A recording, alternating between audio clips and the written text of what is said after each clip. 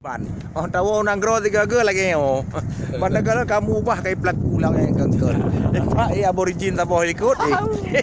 Ya, ya. Nyamban. Cukup laga.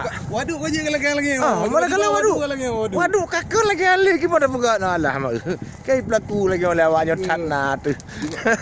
Tiba-tiba juga merado gede nanggro luar. Bantawo kena. Kamu ubah lagi. Kamu ubah tanah tu pelaku. Lapangan. Ini lapangan waduk. Ya waduk aja ke lapangan. Saya dah fikir ni. Waduk. Alah, mak. Tempat bergelas batu waduk. Ya kalian kita. Ji. Tanya nanggro, nanggro kalau lebih air daripada nanggro luar. Apa saja yang Kupati ayu tak. Nampak tanya awak rumah pemimpin so pemimpinnya je doh. Dia bukan pelaku lagi. Ni kau kalian alami mentangnya kayak apa lagi oh. Alah mak. Hai dah fikir. Dia nggak merek Ya. Kita tak dekat. Ini dari sini tarik Nambah. Nanti kayak apa tu lagi nabut tu. Ih, bang.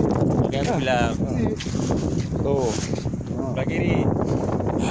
Saya nampaknya hilang semua penyakit-penyakitnya. Dia aku nak kesak je 3 beg bengih gop fikir hantam. Ini tempat bang.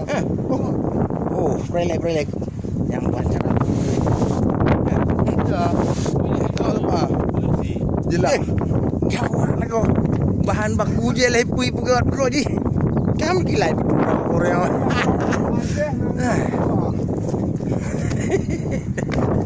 Nyampan ni pegat nah. 2 orang nak tahu nanggro. Kayak rombak lagi oh.